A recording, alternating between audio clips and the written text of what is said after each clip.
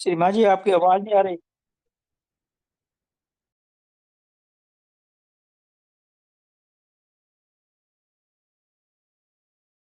रंग कट के आई है श्रीमान जी।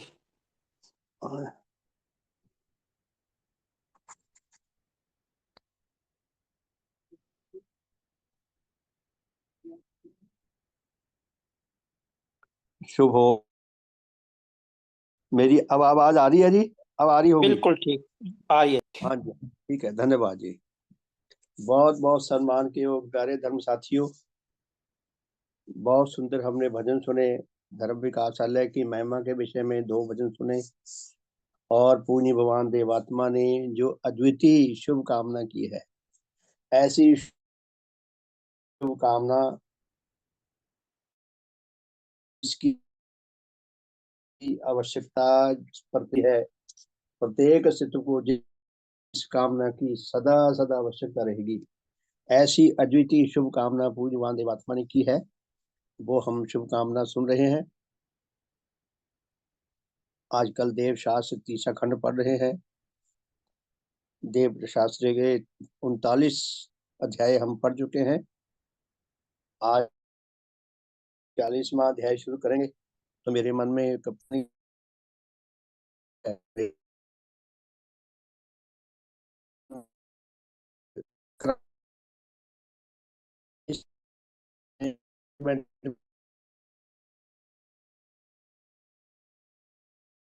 खंड लिखा है। इसके क्रम को समझने के लिए पहले पेज से ही एक बार फिर इसको रिवाइज कर लें। तो आज पहले इसको रिवाइज और उसके बाद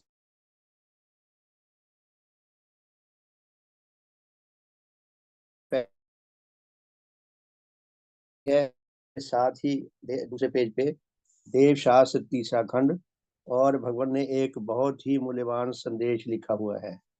भगवान की तो हर बात ही बड़ी अद्वितीय बड़ी मूल्यवान होती है।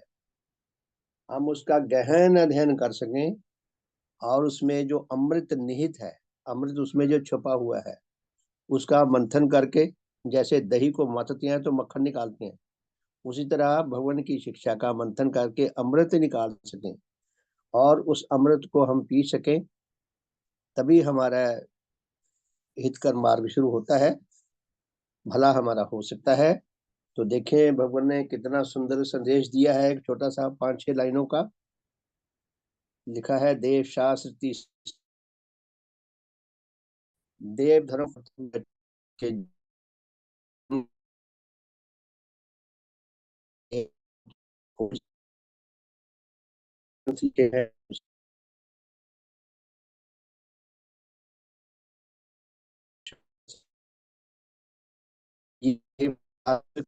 के लिए है। श्रीमान जी, आवाज की फिर प्रॉब्लम पाएगी।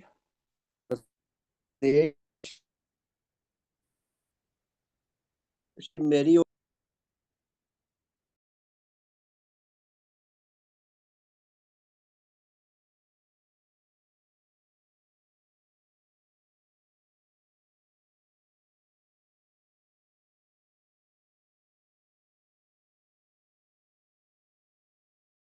कोई है वीकनेस? आवाज नहीं आ रही श्रीमान जी।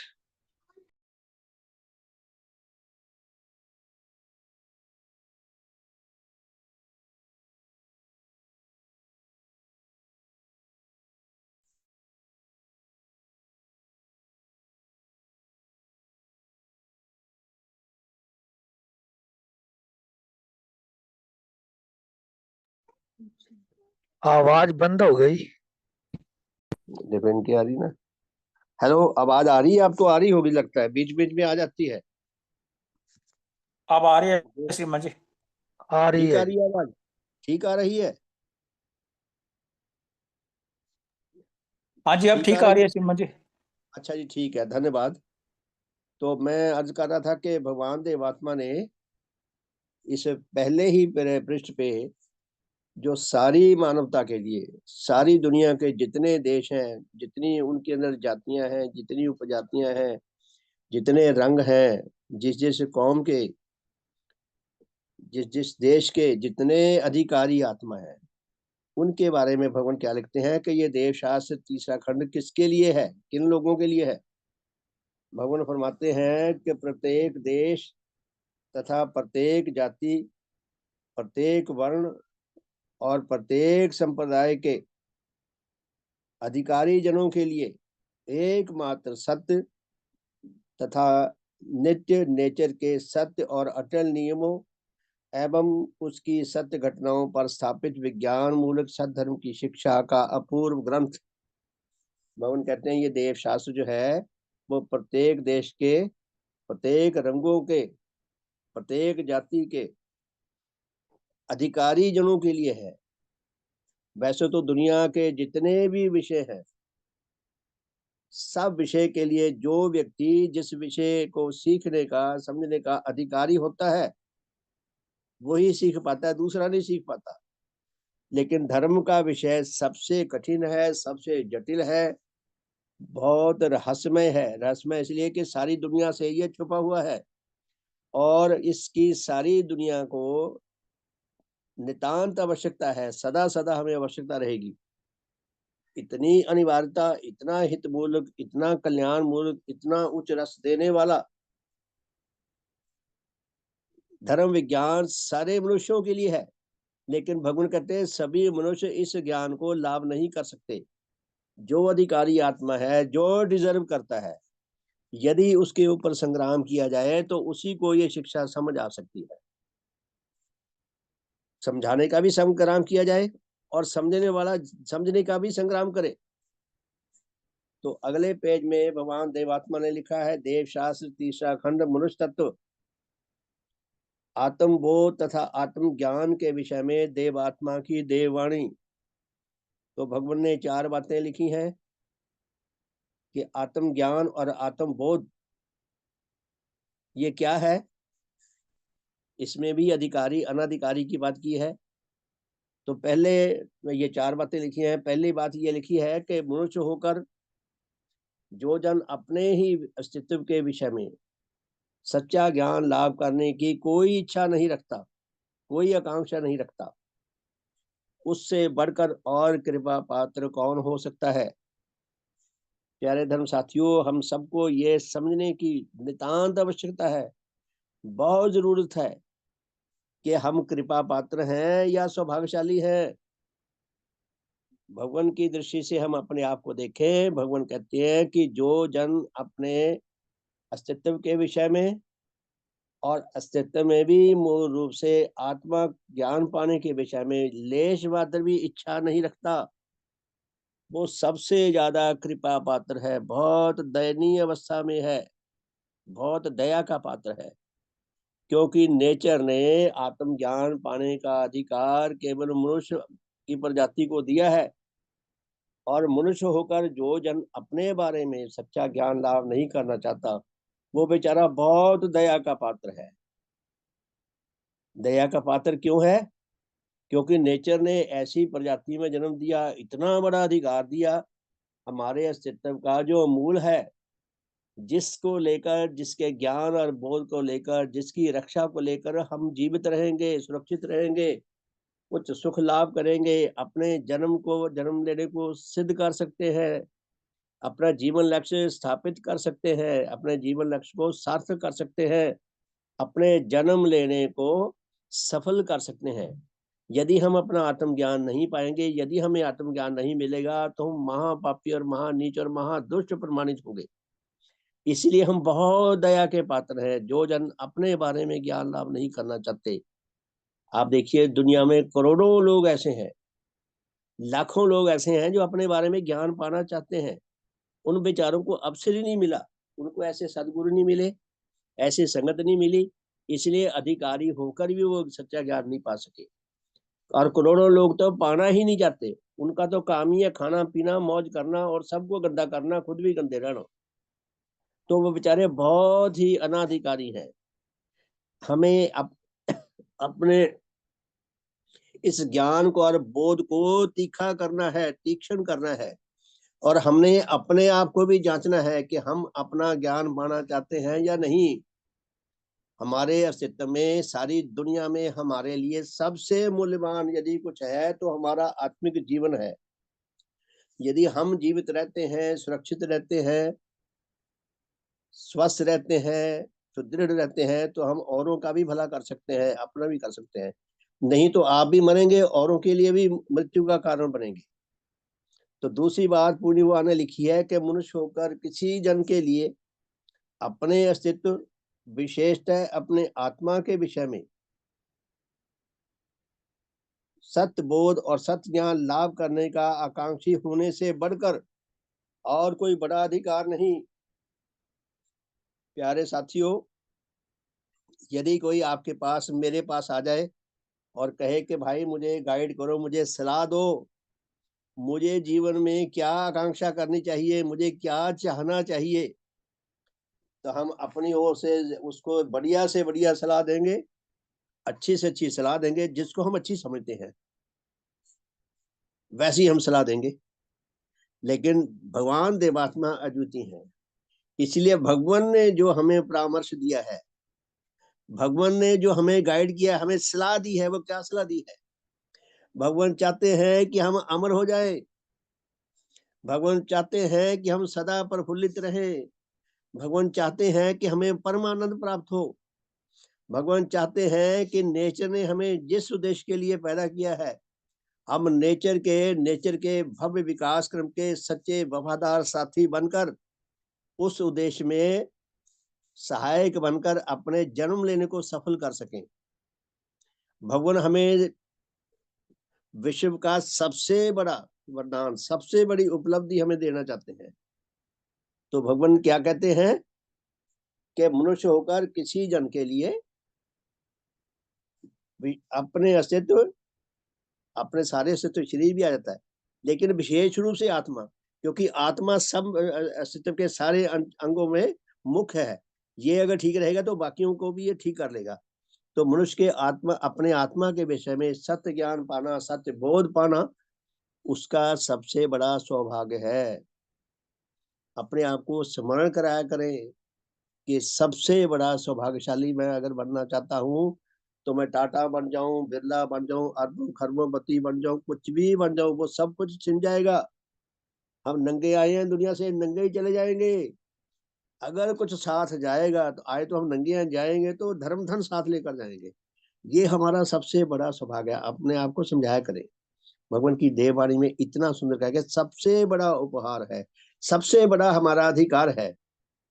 क्योंकि सबसे बड़ा इसलिए भी है कि क्योंकि इससे नीचे, उससे नीचे पशु जगत के, वनस्पति जगत के, भौतिक जगत के किसी जीव को भी अपने अस्तित्व के विषय में सच्चा ज्ञान प्राप्त करने का नेचर ने अधिकार नहीं दिया, नेचर ने ऐसी योग्यता नहीं दी कि वो अपने बारे में सच्चा ज्ञान पा सकें। तीसरी बात भगवान फरमाते हैं कि मनुष्य होकर किसी जन के लिए अपने आत्मा के संबंध में सत्य ज्ञान लाभ करने की आकांक्षा रखकर भी, ऐसे लोग बहुत मिल जाते हैं जो अपने बारे में सच्चा ज्ञान पाना चाहते हैं, बड़ी आकांक्षा रखते हैं, परंतु अपनी अयोग्यता के कारण, आकांक्षा और चीज है, योग्यता होना और चीज है, तो कहते लेकिन बेचारे आकांक्षा तो बहुत रखते हैं लेकिन योग्यता नहीं है, इसलिए उनको कुछ समझाओ उनको समझ नहीं आता, किंतु अपनी अयोग्यता के कारण उसके विषय में किसी सत्य के दर्शन करने व उसे उपलब्ध करने के योग्य नहीं है। तो योग्य न होने से, या फिर एक और कंडीशन का ये बताई है कि अथवा ऐसी आकांक्षा से ही विहीन होकर अपने आत्मा के विषय में पूर्ण अंधकार और अज्ञान की दशा में रहना उसकी अत्यंत कृपा पात्र दशा है। कि यदि कोई इच्छा ही नहीं रखता, यदि कोई इच्छा ही नहीं रखता, आकांक्षा ही नहीं रखता, योग्यता ही नहीं रखता, जानना ही नहीं चाहता, तो वो तो सबसे ज्यादा कृपा पात्र है। अब आप इनको ध्यान से अगर गहराई से स्टडी करेंगे, चारों बातों के अलग अलग है ये, वो देखने सुनने में एक जैसी लगती है, एक जैसी नहीं है, चारों में बहुत बड़ा भेद है। तो चौथी बात में भगवान ने अधिकारी आत्मा के सौभाग्य की सफलता का इसमें मंत्र दिया है। क्या कहते हैं भगवान चौथी बात में? कि मनुष्य होकर किसी जन के लिए अपने आत्मा के संबंध में सत्य बोध और सत्य ज्ञान लाभ करने के योग्य होना और उसकी प्राप्ति का शुभ अवसर पाना, कि सत्य ज्ञान को लाभ करने के, सत्य बोध लाभ करने के योग्य भी है, आकांक्षी भी है, और उसको अवसर भी मिल गया ये सत्य ज्ञान और बोध पाने का। यह उस मनुष्य का महाश्रेष्ठ अधिकार है। नहीं तो ऐसे ऐसे अभागे लोग हैं जो भगवान के शरण में आए, 24-24 साल रहे और लात मार के निकाल देना पड़ा। क्या कहेंगे उनको? 24 साल रहे, कमाल है, कितनी हैरानी की बात है। तो भगवान कहते हैं ये मनुष्य का महाश्रेष्ठ अधिकार है कि वो अपना आत्म ज्ञान पाने की गहरी आकांक्षा, गहरी तड़प रखता हो और योग्यता भी रखता हो, और फिर उसको ऐसा अवसर भी मिल जाए, उसे भगवान भी मिल जाए, ऐसे गुरु मिल जाए, ऐसे धर्म संबंधी मिल जाए, ऐसा वातावरण मिल जाए। तो प्यारे धर्म साथियों, उसके बाद फिर देवशास्त्र 30 खंड में अगले पृष्ठों पे आता है भगवान देवात्मा के देव हृदय से देवानुराग मूलक, भगवान देवात्मा के सत्य शुभ अनुरागों से सुसज्जित हृदय भूमि से शुभ कामना निकली है। जो हम गीत गाते हैं, आत्म प्रकाशक देव ज्योति गुरु, आत्मितिमिर हर देव ज्योति गुरु, चारों दिग्वय पर किरण हो। ये शुभ कामना बाकी दुनिया की सारी शुभकामनाओं से बहुत अलग है और बहुत ऊंची है। इससे ऊंची कोई शुभकामना नहीं हो सकती। ऐसी भव्य शुभकामना को हमें सुनने का, समझने का सौभाग्य मिलता है। तो देव शास्त्र कितना सुंदर, कितना भव्य और कितना कल्याणकारी ग्रंथ है। तो अब इसके आ जाते हैं, इसके 40 अध्याय हैं। तो पहले अध्याय में भगवान देवात्मा ने मनुष्य आत्मा की अपने अस्तित्व, विशेष रूप से आत्मा के संबंध में जो महाशोचनीय अबोधता है उसका उल्लेख किया है कि सारा मनुष्य जगत वो कुछ भी बना फिरे दुनियावी दृष्टि से,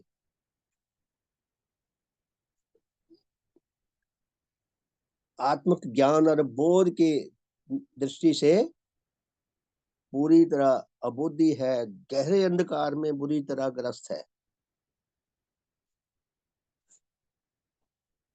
भगवान की वाणी पढ़कर शिक्षा को निरंतर जानते सुनते रहे तो धीरे धीरे हमें समझ आने लगती है भगवान के जगत में जो ज्योतिर्मय है।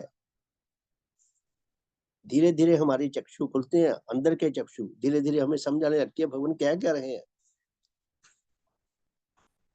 तो दूसरे अध्याय में पूर्णिमान कहते हैं कि मनुष्य में जो इसकी गहरी आत्मांधकार की अवस्था है सभी की, चाहे वो देश के बड़े बड़े प्रधानमंत्री हो, राष्ट्रपति हो, यूएनए के हो, चाहे किसी स्टेट के हो, चाहे कितने ही बड़े बड़े एजुकेशनिस्ट हो, चाहे कितनी ही बड़ी बड़ी शिक्षा संस्थाओं के स्वामी हो, चाहे कितनी भी उन्होंने डिग्रियां ले रखी हो, 4-4 बार एमए डिग्री ले रखी हो और डिग्री ले, कुछ भी कर रखा हो, कितने बड़े साइंटिस्ट हो, वैज्ञानिक हो, कुछ भी हो, इंजीनियर हो, डॉक्टर हो, कुछ भी हो, साधु हो, संत हो, महात्मा हो, कुछ भी हो, सब आत्मांधकार में बुरी तरह ग्रस्त हैं। तो क्यों ग्रस्त हैं?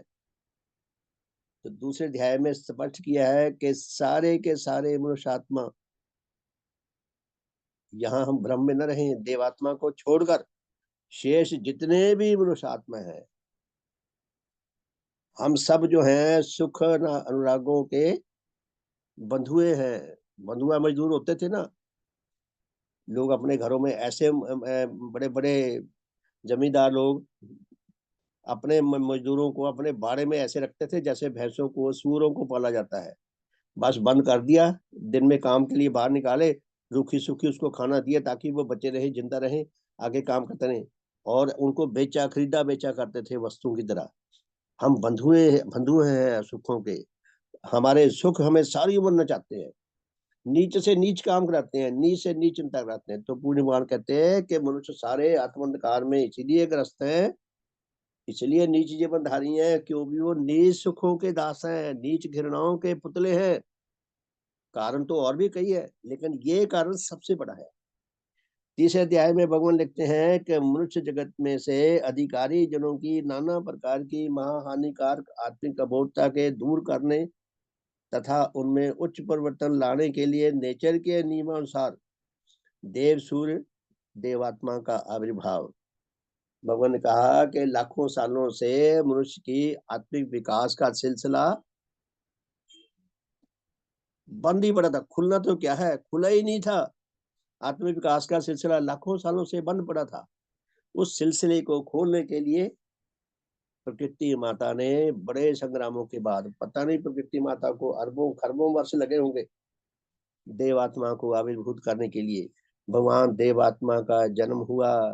प्रकृति माता ने भगवान देवात्मा को इस धरा पर अवतरित किया ताकि मनुष्यों का आत्मिक विकास का जो सिलसिला खुला ही नहीं, वो खुल सके, आत्मिक विकास का सिलसिला चल सके। चौथे अध्याय में लिखा है कि मनुष्य, उसका आत्मा और उसका शरीर, ये तीनों विषय अलग अलग है कि मनुष्य का शरीर क्या होता है, मनुष्य का आत्मा क्या होता है। शरीर और आत्मा का आपस में कुछ संबंध है या दुश्मन है एक दूसरे के, उसके बारे में भगवान ने हमें शिक्षा दी है भी इनका आपस में क्या संबंध है। ये जो हमें बताई है बातें, अगर ये क्रम क्रम से हम इनको लेकर याद करके आगे चलेंगे तो हमारा आगे सिलसिला चलेगा। जहाँ कहीं हम खड़े हो गए, भूल गए, पॉइंट फंस गया, बस आगे के सारा रास्ता बंद हो जाता है। तो तीसरा, इसमें चौथे अध्याय में ये था कि मनुष्य की परिभाषा क्या है, मनुष्य किसे कहते हैं, मनुष्य की शरीर क्या क्या है, मनुष्य का आत्मा क्या है, इन तीनों में संबंध क्या है। पांचवा अध्याय इस बात का क्या प्रमाण है कि प्रत्येक मनुष्य के शरीर को उसकी आत्मा ही बनाती है और जिसका नाम आत्मा रखा गया है वह आप मनुष्य के शरीर का प्रकाश नहीं, उसका प्रकाशक है। आत्मा ने हमारा शरीर बनाया है, शरीर ने आत्मा नहीं बनाई। सारी दुनिया इस विषय में क्या मानती है कि भगवान ने, ईश्वर ने दुनिया बनाई है, ईश्वर ही हमारी रक्षा करता है, ईश्वर के हुक्म के बिना पत्ता तक नहीं हिल सकता। तो भगवान हमें सत्य के आलोक में, सत्य की ज्योति में लाना चाहते हैं कि हम सत्य की ज्योति में सत्य मार्ग पर चलने वाले बने। छठा अध्याय आत्मा के संबंध में नाना प्रकार की मिथ्याओं का प्रचार। भगवान को ये लिखने की जरूरत क्यों पड़ी? जब नेचर का सिलसिला सत्य के आधार पर, शुभ के आधार पर आगे बढ़ रहा था, इस धरती पर जीव पैदा हुआ, वनस्पति जगत आया, पशु जगत आया, मनुष्य जगत आया, वो सत्य के आधार पर आए, तो मिथ्या कहाँ से घुस गई बीच में आके?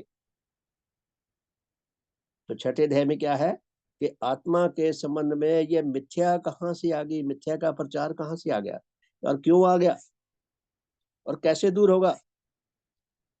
सातवां अध्याय में है कि मनुष्य के आत्मा की गठन क्या है, मनुष्य का जो आत्मा का मॉडल है, मनुष्य की आत्मा की जो मैकेनिज्म है, ये कैसा है, उसका ज्ञान दिया है। आठवां अध्याय में मनुष्य आत्मा में ज्ञान उत्पादक नाना प्रकार की मानसिक शक्तियां, भगवान ने आत्मा की जो जितनी शक्तियां हैं, जो आत्मा के अंग हैं, आत्मा शक्ति में अस्तित्व है, जितनी भी आत्मा की शक्तियां हैं, ज्ञानदायिनी, बोधदायिनी, सात्विक भाव, जितनी भी शक्तियां हैं, ये सब का मिलकर मनुष्य की आत्मा का मॉडल कैसा बनता है, ये मैकेनिज्म क्या है, भगवान हमें आत्मा का मैकेनिज्म समझाना चाहते हैं। नवा अध्याय में मनुष्य में ये नाना प्रकार के सुख और दुख विषयक बोध और उसमें नाना प्रकार के सुखों के लिए आकर्षण व अनुराग और दुखों के लिए घृणा भाव, और इन्हीं दोनों प्रकार के भावों के द्वारा उसकी सब प्रकार की आत्मिक चिंताएं और क्रियाएं। भगवान फरमाते हैं कि सभी मनुष्य सुखों के अनुरागी हैं, दुखों से घृणा करते हैं। तो ये सुख और दुख के अनुराग ये कहाँ से आ गए? सुख और दुख का तो कोई समान नहीं था, अनुराग कहाँ से आ गए? और घृणा भाव कहाँ से आ गए? और इन्हीं दोनों प्रकार के भावों, सुखन रागों और नीच घृणाओं, उन्हीं दोनों प्रकार के भावों के मनुष्य आत्मा में होने के कारण वो आज सारी आयु पर्यंत जो जीवन जीता है वो इन्हीं के आधार पर जीता है। एक शाश्वत सत्य बता दिया भगवान ने कि सारी उम्र मनुष्य सुख पाने और दुख से बचे रहने का संग्राम करता है, बस यही उसका आधार है जीवित रहने का।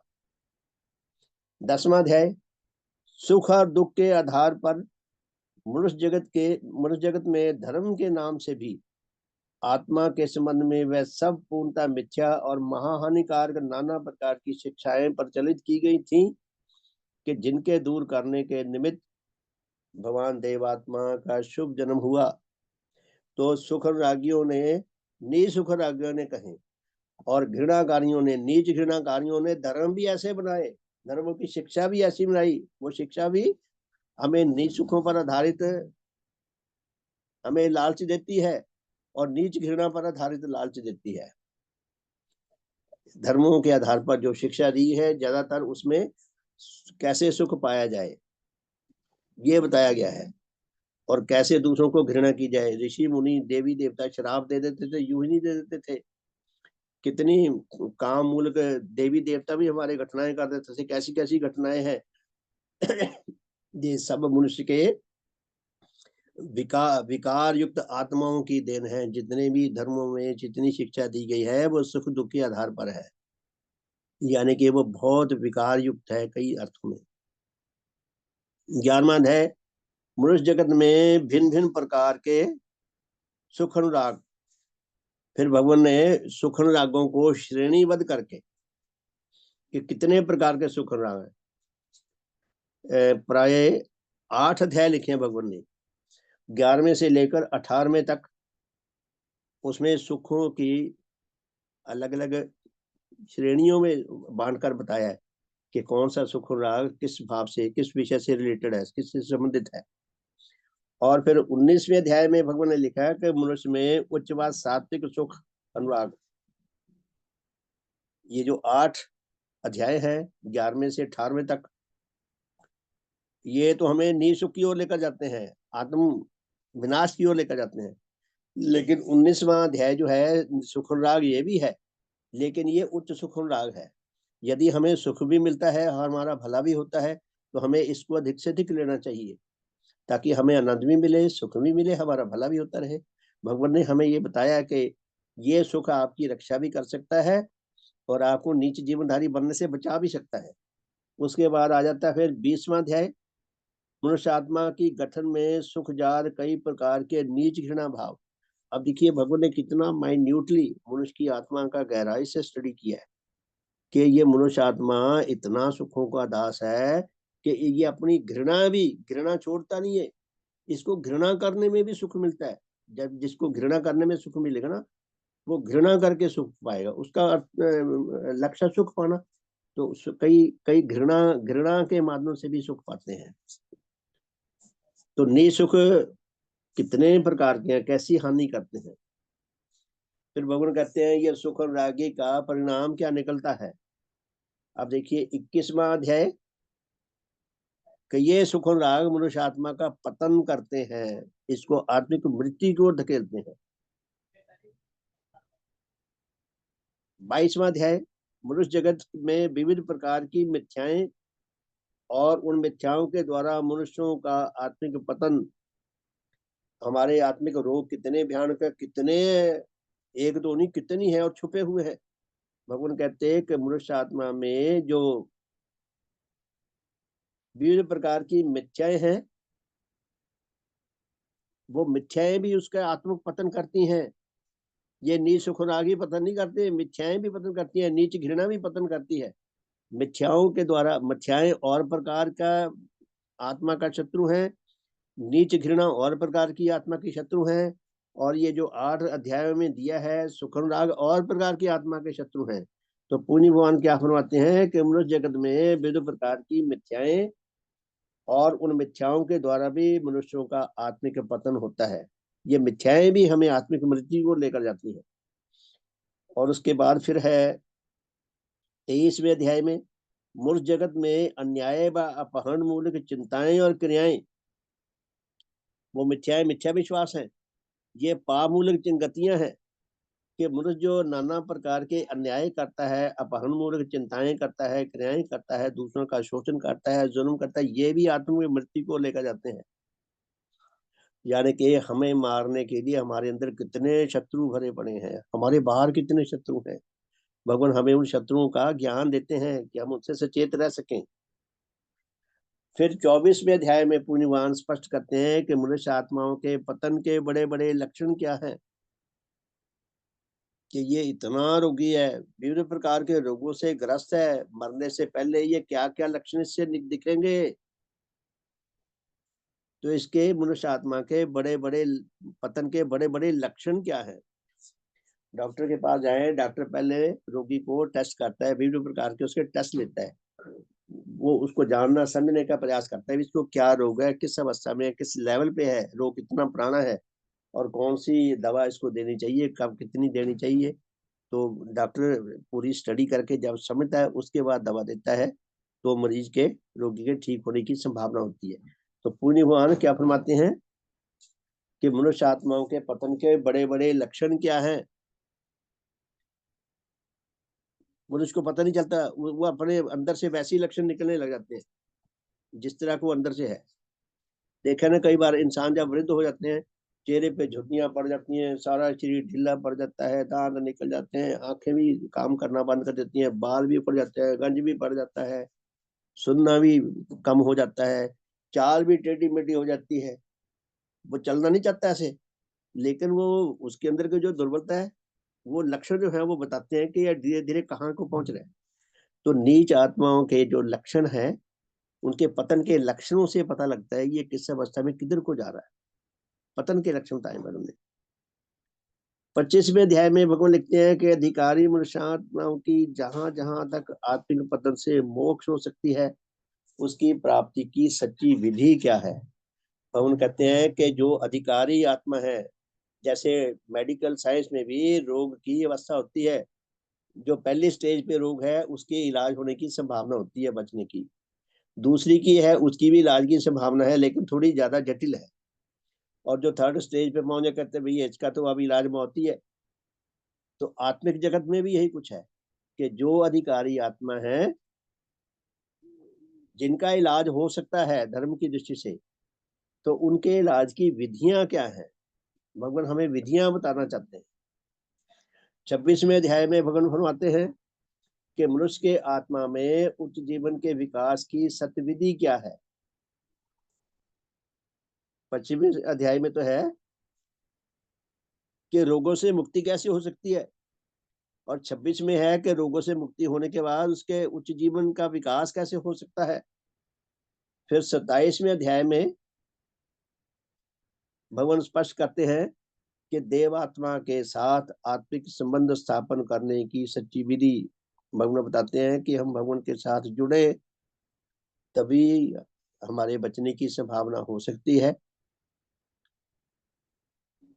जैसे कोई रोगी जब तक डॉक्टर के साथ नहीं जुड़ेगा, अर्थात डॉक्टर के पास जाकर अपने आप को प्रस्तुत नहीं करेगा, परिवार वाले प्रस्तुत नहीं करेंगे, डॉक्टर के अधीन रहकर वो इलाज नहीं कराएगा, सारे टेस्ट नहीं कराएगा, डॉक्टर जो पाबंदियां लगाता है वो पाबंदियां सहन नहीं करेगा, जो डॉक्टर उसे करने को कहता है वो करेगा नहीं, विधिवत रूप से दवा नहीं खाएगा, डॉक्टर के आदेश के अनुसार नहीं चलेगा, तो उसके रोग ठीक नहीं होंगे। तो भगवान के साथ भी हमें इसी तरह जुड़ना है, जैसे शारीरिक रोगी जुड़ता है डॉक्टर के साथ, तभी उसकी बचने की संभावना होती है। तो पुण्य भगवान के साथ संबंध स्थापित करने की भगवान हमें विधि बताते हैं। तो भगवान ने 8 अध्याय लिखे हैं, 4 अध्याय लिखे हैं कि देवात्मा के साथ कृतज्ञता मूलक संबंध रखें, श्रद्धा मूलक संबंध बनाएं, आकर्षक मूलक संबंध बनाएं और भगवान पर अटल विश्वास संबंध बनाएं। तो इन 4 अध्याय में परिभाषा दी है इन चारों बातों की कि कृतज्ञता क्या है, श्रद्धा क्या है, आकर्षण क्या है, विश्वास क्या है। और अगले 4 चैप्टरों में कृतज्ञता कैसे भगवान के प्रति हम अपने अंदर जागृत कर सकते हैं, सुदृढ़ कर सकते हैं, मजबूत कर सकते हैं, श्रद्धा कैसे बढ़ा सकते हैं, आकर्षण कैसे बढ़ा सकते हैं, और भगवान देवात्मा के देव रूप के प्रति अटल विश्वास हम कैसे अपने अंदर स्थायी रूप में पक्का कर सकते हैं कि भगवान जो हमें शिक्षा दे रहे हैं हम पूर्ण विश्वास के साथ। भगवान ने कहीं नहीं कहा कि तुम मेरे ऊपर अंधा विश्वास करो। भगवान कहते हैं तुम भाई अपनी तसल्ली कर लो अच्छी तरह, लेकिन मैं अपनी ओर से कह रहा हूँ कि हम इस स्थिति में पहुंचे हैं कि भगवान के ऊपर हम अंधा विश्वास करके जैसा भगवान कहते हैं अगर हम वैसा हम जीने का प्रयास करते हैं तभी हमारी आत्मा की रक्षा और विकास का सिलसिला आगे चल सकता है। तो ये चैप्टर दिए हैं, हम पहुंच गए यहाँ पे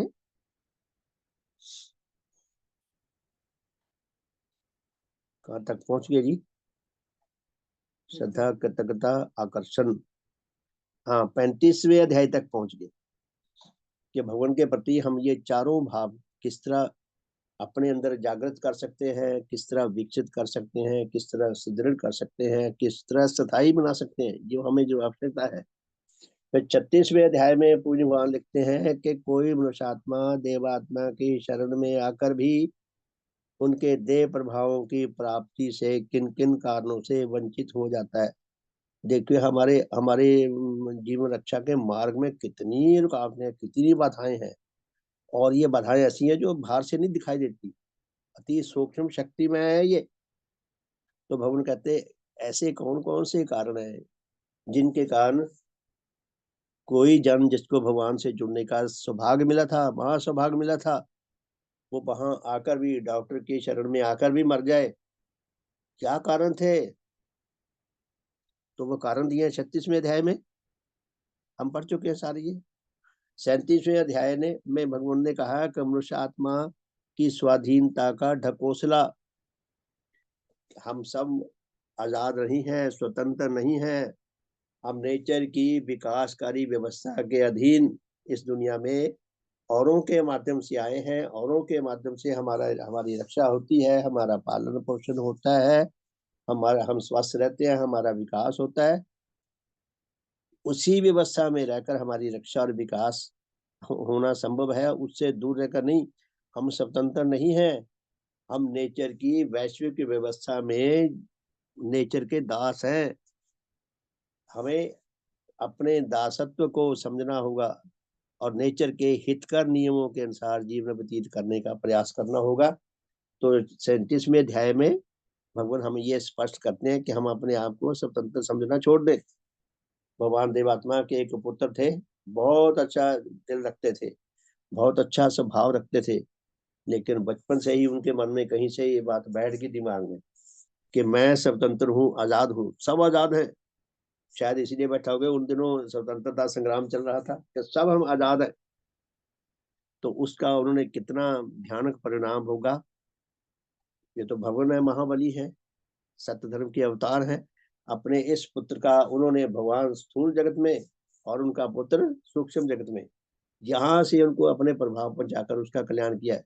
स्थूल जगत में उसका रास्ता नहीं खुला, लेकिन जो वो अपने देव पिता से, बायोलॉजिकल पिता थे उनके, वो उनसे जो विरासत लेकर आए थे उनकी वजह से वो बच गया। लेकिन हर एक के लिए ये अधिकार कई बार नहीं सफल हो पाता।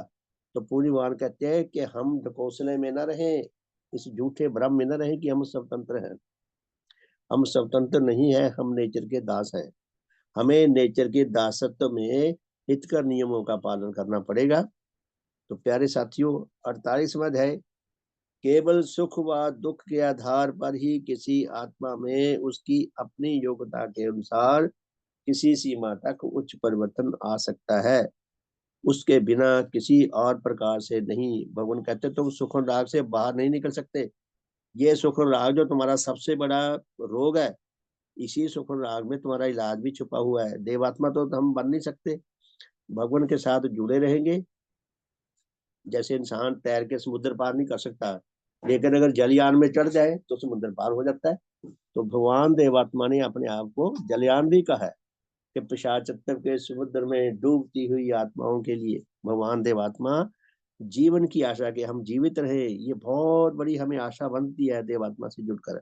तो उनके साथ जुड़ेंगे तो हमारे जीवन की आशा सफल हो सकती है। तो उनके साथ जुड़ने में हमें लाभ ही लाभ है, हमारा हित ही हित है। और 39वां चैप्टर जो हमने कल ही पूर्ण किया है, मनुष्य जगत के विकास में एक नए युग के उत्पन्न करने के लिए देवात्मा का आविर्भाव। देवात्मा से पहले जो युग था वो बर्बर युग था, वो पापमय युग था, वो शोषणमय युग था। भगवान के आने से एक नया युग आरंभ हुआ है, उसका भी हमने अध्याय पढ़ा है। आज है 40वां अध्याय, तो हमने 40वें अध्याय तक आ गए। तो कुछ तो हम पढ़ेंगे, एक पॉइंट पढ़ेंगे क्योंकि समय इसमें निकल गया जल्दी जल्दी में। मुझे जैसा मेरी टूटी फूटी समझ के अनुसार मैंने आपकी सेवा में थोड़ा सा इसका सारांश रखा। तो 40वां चैप्टर पढ़ने अगर 2-3 मिनट लेट हो गए तो कृपया क्षमा कर देना। हम सिर्फ एक पॉइंट पढ़ेंगे। तो 40वें अध्याय में भगवान कहते हैं कि भविष्य काल में देवात्मा के द्वारा मनुष्य जगत और उससे नीचे के जगतों में उच्च परिवर्तन। भगवान कहते हैं कि भविष्य में भी, यानी कि देवात्मा के इस धरा पर आविर्भूत होने के पश्चात चारों जगतों के अस्तित्व में जो जो कोई उच्च परिवर्तन का कार्य होगा वो भगवान देवात्मा के देह प्रभावों से ही होगा, और कोई इलाज नहीं है आत्मिक उच्च परिवर्तन का। तो क्या फरमाते हैं, देवात्मा के आविर्भाव से मनुष्य जगत में जिस जिस प्रकार का उच्च परिवर्तन आरंभ हुआ है, वह उच्च परिवर्तन उसमें उनकी सच्ची देव शक्तियों के देव प्रभावों के बिना कदापि नहीं हो सकता। कि मनुष्य आत्माओं में जो भी उच्च परिवर्तन आया है या आएगा वो देवात्मा के देव प्रभावों के द्वारा ही आएगा। इसलिए भविष्य काल में भी नेचर के नियमानुसार मनुष्य जगत में जिस जिस प्रकार का उच्च परिवर्तन केवल उन्हीं के देह प्रभावों के द्वारा संभव है और उसके विकास का क्रम आगे चल सकता है, वह उच्च परिवर्तन व विकास भी उन्हीं के देह प्रभावों के द्वारा आएगा। कि भगवान देवात्मा के देह प्रभावों के द्वारा ही आत्माओं में उच्च परिवर्तन आएगा, और वह उच्च परिवर्तन इस प्रकार का है। तो हम सिर्फ एक ही बात पढ़ेंगे क्योंकि समय भी भागा जा रहा है, बातें तो 4-5 लिखी हैं। तो क्या लिखते हैं भगवान, देवात्मा में उनकी सच्ची और अद्वितीय देव शक्तियों के विकास से जिस देव ज्योति और जिस देव तेज का विकास हुआ है, उनकी उस देव ज्योति और उस देव तेज की किरणें जिन जिन अधिकारी जनों में उनकी अपनी अपनी योग्यता के अनुसार जितने अंश तक प्रवेश करने का अवसर पा सकी हैं, उनसे उनके आत्मा ज्योतिर्मान हुए हैं, और वह उनकी इस देव ज्योति में अपने अपने आत्मा के गठन प्राप्त रूप और अपने अपने आत्मिक जीवन की विविध बातों के संबंध में कई प्रकार के सत्यों के देखने के योग्य हुए हैं, और इन सत्यों के दर्शन से उन्हें धर्म के विषय में सत्य ज्ञान मिला है कि जो सत्य ज्ञान उन्हें देवात्मा की इस देव ज्योति के बिना कभी और कहीं से किसी प्रकार प्राप्त नहीं हो सकता था। पुण्य भगवान कहते हैं कि उनकी देव ज्योति और देव तेज संपन्न देव प्रभावों के मिलने से जिस किसी आत्मा में जो कुछ भी उच्च परिवर्तन आया है, जो कुछ भी उसे आत्मा के रक्षा के विकास का ज्ञान मिला है, बोध मिला है, वह सच्चा ज्ञान प्रकृति प्रदत्त है, विज्ञान मूलक है। वह देव आत्मा की देव ज्योति और देव तेज संपन्न देव प्रभावों के द्वारा ही आ सकता था, अंततः कभी नहीं आना था, कहीं से नहीं आना था। और इस सत्य ज्ञान के मिलने से ही उनके अपने आत्मा के संबंध में जिस जिस प्रकार के मिथ्या विश्वास दूर हुए हैं, वह मिथ्या विश्वास भी उनकी इस देव ज्योति के बिना किसी और प्रकार से दूर नहीं हो सकते थे। भगवान कहते हैं कि अपने मिथ्या विश्वास जो है मनुष्य आत्मा में, यह मिथ्या विश्वास भी भगवान देवात्मा के देव प्रभावों के मिलने से ही दूर हुए हैं, उनके बिना ना तो हुए हैं ना कभी दूर हो सकते हैं। ये बहुत विचारणीय प्रश्न है कि भगवान की देव ज्योति और देव प्रभाव से मनुष्य के हमारे मिथ्या विश्वास दूर कैसे हो जाते हैं। तो भगवान लिखते हैं कि मनुष्य जगत में यह पहली प्रकार का उच्च परिवर्तन है कि जो देवात्मा के आविर्भाव के द्वारा ही आ सकता था और आया है। भगवान कहते हैं ये निम्न श्रेणी का उच्च परिवर्तन है, जो पहली बार धर्म जगत में पहली बार ये चमत्कार हुआ है। देवात्मा के आविर्भाव के बाद उनके देव प्रभाव से चमत्कार हुआ है, पहली बार आया है। इसलिए नेचर के अटल नियमानुसार भविष्य काल में भी मनुष्य जगत के अधिकारी आत्माओं में ऐसे उच्च परिवर्तन केवल उन्हीं की देव ज्योति और उन्हीं के देव तेज के द्वारा आएंगे, और उसके बिना कदापि नहीं। कि भगवान देवात्मा की देव ज्योति जो है, उसी के आधार पर हमें ज्ञान मिल पाएगा, बोध मिल पाएगा, हमारा नीच जीवन डाल सकता है, आत्मिक मैल धुल सकती है, हमें उच्च परिवर्तन आ सकता है। क्योंकि आत्मिक ज्ञान पाने की, बोध पाने की और आत्मिक मैल को के धुलने से उच्च जीवन में उच्च परिवर्तन आने की जो विधि है, जो नीति है, वो इसी मार्ग में है। भगवान देवात्मा के देव प्रभावों के द्वारा ही हमारा भला हो सकता है। काशमी सत्य को, इस अकाट्य सत्य को, इस अति दुर्लभ सत्य को अधिक से अधिक गहराई से महसूस कर सके, मैं महसूस कर सकूं, आप सब महसूस कर सकें। सबका बहुत बहुत धन्यवाद। तो कल मिलेंगे जी, रात को मिलेंगे 8:40 से 9:30 बजे, और कल सुबह 5:30 से 6:30। कल संडे है, पूजा का साधन है। और शाम को फिर इसी टाइम 4:30 से 5:30, और रात को फिर 8:40 से लेकर 9:30 बजे तक। बहुत बहुत धन्यवाद। भगवान देवात्मा की जय। भगवान देवात्मा की जय। भगवान देवात्मा की जय। भगवान देवात्मा की जय। सबका शुभ हो, सबका हित हो, सबका मंगल हो, सबका कल्याण हो। शुभ संध्या। बहुत बहुत धन्यवाद। तो रात को मिलेंगे जी। सबका शुभ हो जी। बहुत बहुत धन्यवाद।